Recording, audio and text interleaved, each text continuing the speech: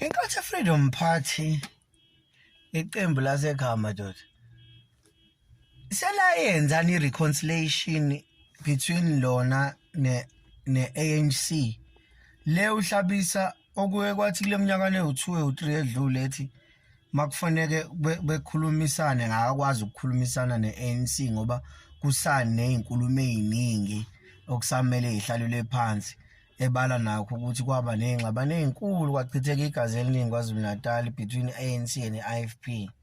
So lento idinga ukubuyisana nje okunzulu kakhulu noma ukushona kaMntwana kwaba ireconciliation hayi question nje awu2 engawa-raise bese ngiwashiyela kube i-homework yakho. Okay, kwenzekile ke ngokwesystem ka-ANC no IEC ngo-94 uNkatha yalapha no ANC balapha kwaphoqeleka ukuthi uPremier KwaZulu-Natal kube uLanele Mtshali. Wahlala kuMantshinga ke madoda eliphenya ibheshu uMantshinga eliphenya ibheshu engaphanga emdaka linganethile. Hayi impela akaze angabe nakungcola. Okay, ngitshela ukuthi emvakalane Mtshali oPremier bonke ababelandela bebekhishwa yini esikhundleni soPremier. I-question leyo, i-homework yakho, assignment yakho, hamba uzicabangele. Namanje babuka ngokwesystem yabo ukuthi yazi ubani ozoba yithula msindo la KwaZulu-Natal uNtuli. Asivele siphakamise yena kule government of National Unity IGNU. uNtuli ongahlabe ngizoba kulokhu kunukela ngakaMphemba nje indaba esikhundla. Hayi anibabuyisa isystem endala ka1994 leyabayenza ngomtshali bathi umuntu ozoba yithula msindo la KwaZulu-Natal uNtuli. Asibekeni yena ngoba sizokwazi ukumcontrola thina since eshade nathi eshade neDA ne-ANC. Lo mshado sizokwazi ukuthi simlawule kodwa once uPremier waphuma nge-MK angesikwazi ukumcontrola ngoba uZuma uzobe ebheke kanje uPremier akudlaleka kwenzeki lutho corruption ayingeni kalulu uZuma uzobe ibheke kanje ngcono sibeke uNtuli ke osembhedeni nathi.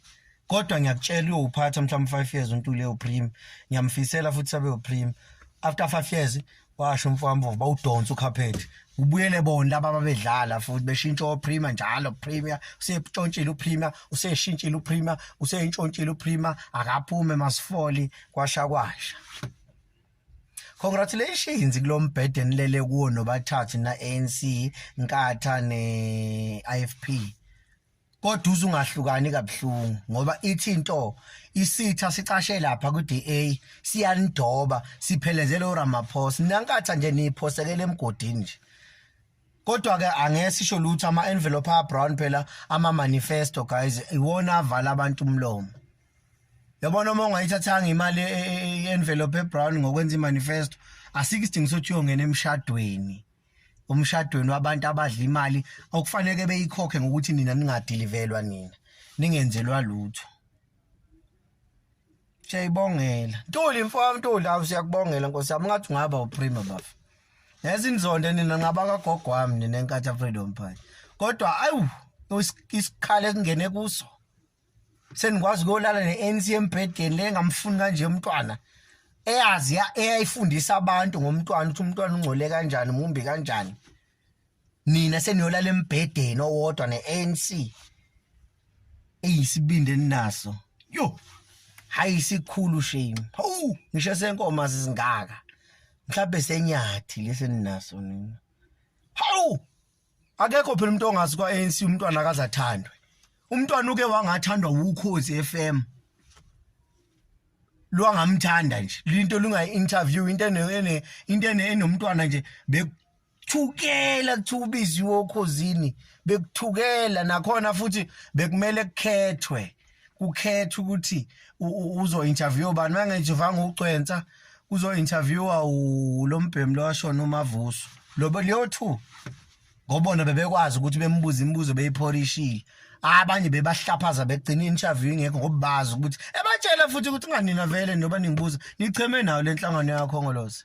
Namhlanje nisenilele la embhedeni odwa hlabisa mpemo. Hlabisa.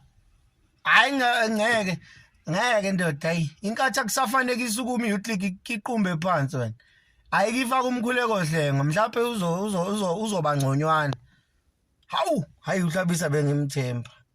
take note nathi nezitha kaMntwana uthule nje uthi ama-voter right ngoba isikhundla sakho sisafe wena ndoda yesikole hayi kulungile kodwa ngikoze nithi nginakile kodwa hayi ngiyayithanda inkatha bafethu kodwa hayi umbhede engene ko bafethu hani ngixolele hayi ungeke engabi into luthi kubalwe nayo ngoba irojiwe inkatha bafethu irojiwe yabona irojiwe inkatha kwaZulu Natal kodwa ayayifuna ukukhuluma ithule nje ngoba nako kufanele ukukhulume MK ngoba ayithathanga mali ya manifesto yona yokwenza imanifesto yona open name umile ngemuva unifaka uchatha ngici ndoda ufuna yabona nje mina umbuzo omkhulu okay fine akabekwe kuNtuli sibuyele kwimanifesto yathi imanifesto wonke umuntu igraduate izohola 3000 kuzoba sekubuhlungu futhi mase sithi sicela ama graduate onke aveza ama bank accounts ukuthi angelili no 3000 lawa angakaqashwa ama graduate sesibuyela kwimanifesto phela manje sesikuyona manje angithi phela asikwazi ukukhuluma izinto engenzeki okay fine akulethe simthwala ngeqomo kuNtuli uyangena siyayicela imali yama graduate o 3000 lakwathwa azobe busy until azathola umsebenzi so bese ngathi futhi siyalinaka ipolitiki ke bafethu ayingadlalwa ngamanga angadlalwa ngemizwa yabantu kodwa mina ngiyakubongela Ntuli but fone wazi ukuthi bazodonsa ucarpet bafa so siya 2026 bazobe sebeshoka ukuthi ubani uprime olandelayo kodwa sebequmbe phansi nje bakushiya no 1% kushiya ungenasikhundla labantu bahlaniphile badala nesystem bra badala kodwa ke kulungile